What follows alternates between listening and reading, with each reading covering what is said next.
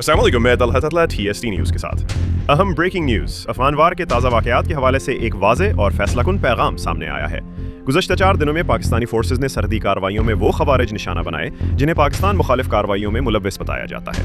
فوجی ذرائع کا موقف ہے کہ 108 سے زائد خوارج کو کارروائیوں میں جہنم واصل کیا گیا اور یہ عمل ملک کے دفاع اور عوام کے تحفظ کے لیے ضروری قرار دیا جا رہا ہے۔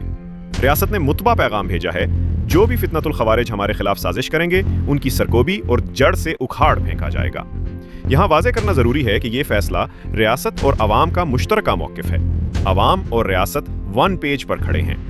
پاکستان میں کسی بھی قسم کے سازشی یا انتہا پسند عناصر کو جگہ نہیں دی جائے گی اور قانون نافذ کرنے والے ادارے اس سلسلے میں مؤثر کارروائی جاری رکھیں گے۔ ایک ہی چیز یاد رکھیے، ریاست اور عوام کا عزم ایک ہے، وطن کی حفاظت اولین ترجیح ہے۔ میں ہوں طلحہ تطلہ TST نیوز کے ساتھ۔ تازہ ترین اور قابل اعتماد معلومات کے لیے ہمارے ساتھ جڑے رہیے۔ والسلام۔